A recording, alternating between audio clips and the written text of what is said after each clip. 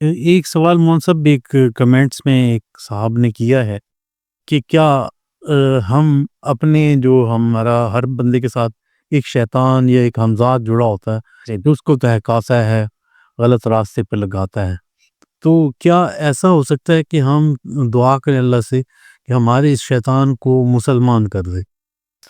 وہی بات، اس پر میں وہی بات عرض کروں گا جو میں نے پہلے عرض کی کہ انسانی جسم کے اندر اللہ تعالیٰ نے کچھ صفات رکھی ہیں، پہلے ان کو دیکھیں وہ کیا ہے۔ مثلاً یہ سارے لوگ مانتے ہیں، میڈیکل سائنس بھی مانتی ہے، پہلے لوگ بھی مانتے تھے، آج کے بھی مانتے ہیں کہ انسان میں ایک رطوبت ہے، یعنی پانی ہے۔ رطوبت کا معنی پانی ہوا نا، گیلا پن۔ تو اس پانی کا باہر منبع بھی موجود ہے نا، معدن اس کا موجود ہے، پانی سمندر موجود ہے، آسمان سے پانی بارش کی شکل میں نازل ہوتا ہے۔ اب ہم آتے ہیں کہ انسانی جسم کے اندر مٹی بھی ہے جی، جی تو باہر بھی مٹی کا معدن موجود ہے۔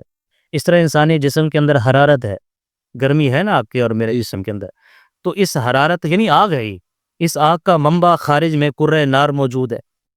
ہاں جی، اب چار عناصر موٹے موٹے جو ہیں تو بے شمار عناصر، لیکن موٹے موٹے آگ، مٹی، ہوا، پانی انسان کے اندر ہیں، یہ باہر بھی ہیں۔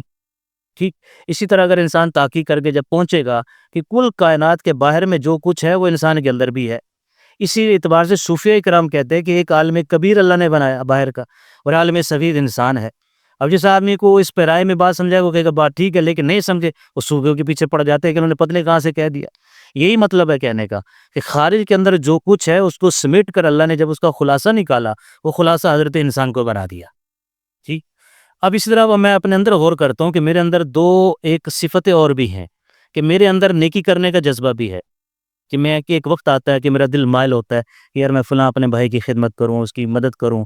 کوئی آدمی مجھے بلکتا ہوتا ہے، کتا نظر آتا ہے، تو میرے دل میں آتا ہے کہ یار اس کی تکلیف میں دور کر دوں، اگر یہ پیاسا ہے اس کو پانی پلا دوں، بھوکا ہے تو کھانا کھلا دوں۔ یہ ترحم کی جو جذبات اندر پیدا ہوتے ہیں یہ بھی ایک صفت ہے نا۔ اب اسی اصول کے مطابق اس صفت کا منبع چاہیے خارج میں۔ انسان کے اندر یہ صفت موجود ہے، باہر کہاں ہے؟ تو باہر عالم ملکوت ہے، یعنی فرشتوں کا عالم، تو وہاں سے نیکی کے جذبات ہمارے دلوں میں پھونکے جاتے ہیں۔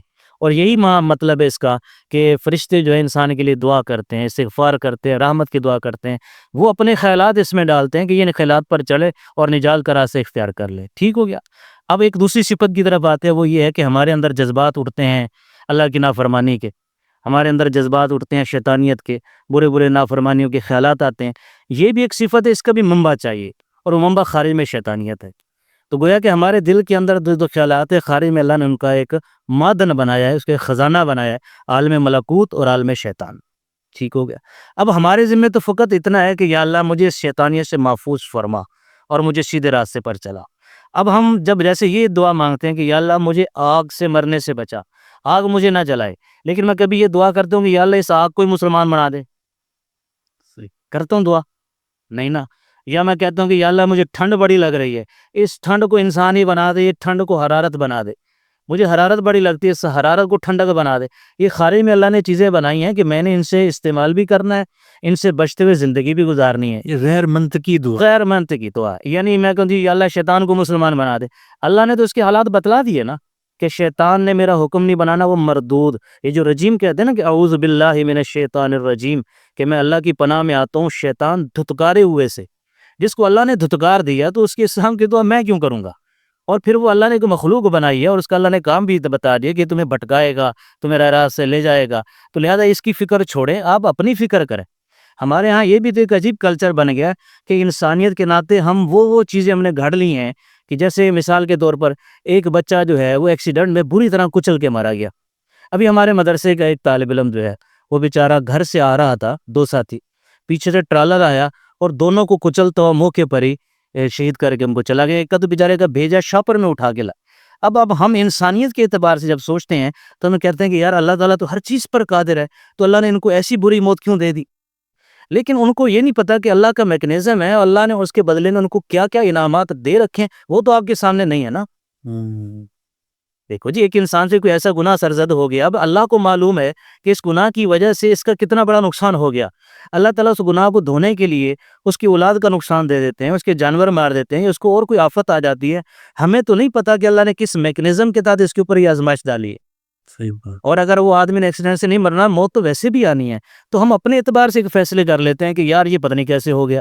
اب جس طرح ایک آدمی آگ میں جل کے مر گیا، اب ہم بیٹھے یار کتنی بری موت، مر گیا، اللہ قادر ہے، اللہ کو ترس نہیں آیا، اللہ تعالیٰ تو ماؤں سے زیادہ رحیم ہے، تو اللہ نے اس کو آگ میں کیسے جلا دیا؟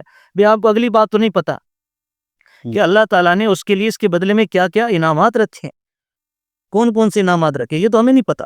اللہ جب اس کو وہ انعامات دیں گے تو وہ تو سب کچھ بھول جائے گا، وہ کہے گا اللہ تعالیٰ مجھے بار بار دنیا میں بھیج، بار بار آگ میں جلاتا کہ میرے انعامات بڑھے۔ تو چونکہ ہمیں اللہ کی ذات سے تعلق ہی نہیں ہے، ہم تقدیر پر ایمان کے الفاظ تو دراتے ہیں، ایمان ہے نہیں۔ آمنت باللہ و ملائکتی و کتبی و رسلی والیوم الآخر والقدر خیرہ و شرہ من اللہ تعالی، اچھی اور بری تقدیر اللہ کی طرف سے ہے۔ ہمیں چونکہ حکمت ہی نہیں پتہ ہوتی، اس وجہ سے ہم اعتراض کرتے ہیں۔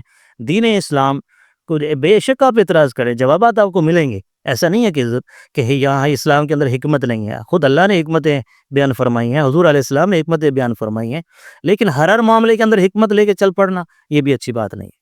پہلے آپ یہ طے کر لیں کہ اللہ وحدہ لا شریک، حضور علیہ السلام سے بڑھ کر کوئی نبی آیا ہی نہیں ہے، اور آپ سے زیادہ محسن عالم کوئی شخصیت ہے نہیں، پھر آپ کو ان اعمال پر چلنا بڑا آسان ہے، سوال جواب نہیں اٹھیں گے۔ لہٰذا اس آدمی کو کہا جائے کہ وہ شیطان کے مسلمان ہونے کی دعا کے بجائے اپنے ایمان کی فکر کرے کہ یا اللہ مجھے ایمان کی سلامتی کے ساتھ لے جا، بس۔ شیطان تو اپنی ڈیوٹی پہ وہ تو اپنی ڈیوٹی پر لگا ہوا ہے، جو اس کے ذمے ہے، جو اس کے ذمے نہیں، بس نے جو اپنے ذمے لے لیا خود ہی لے لیا خود اپنے۔ تو ہم اپنی اصلاح بھی کرنی چاہیے کہ اس نے اپنے ذمے خود انکار کر کے لے لیا، ڈال دیا۔ اب وہ تو اللہ کو چیلنج دے کے آیا ہوا ہے نا، کہ اللہ نے اس کی چیلنج کو قرآن مجید میں ذکر فرمایا نا، میں تیرے بندوں کو تیرے راستے سے بھٹکاؤں گا۔ صحیح۔ تو ہم نے اس کی جماعت میں شامل نہیں ہونا، اس کے اوپر لعنت بھیجیں اور اس کو جہاں جو کر رہا ہے وہ کرنے دیں۔ ہم اللہ کی رحمت میں آنے کے امیدوار ہونا چاہیے، ہمیں اللہ کی طرف رجوع ہونا چاہیے، اللہ کی طرف۔ اور رمضان المبارک تو اللہ کی جو گویا کہ بے پناہ جو رحمت نازل ہو رہی ہیں ان کو سمیٹنے کا سیزن ہے، ان کو اپنے دامن میں سمیٹنے کا سیزن ہے یہ۔ مول صاحب بڑی مہربانی، شکریہ۔ جزائے حضرت آپ کی مہربانی، آپ سوالات تیار کر لیتے ہیں جس پر پھر بولنا پڑتا ہے۔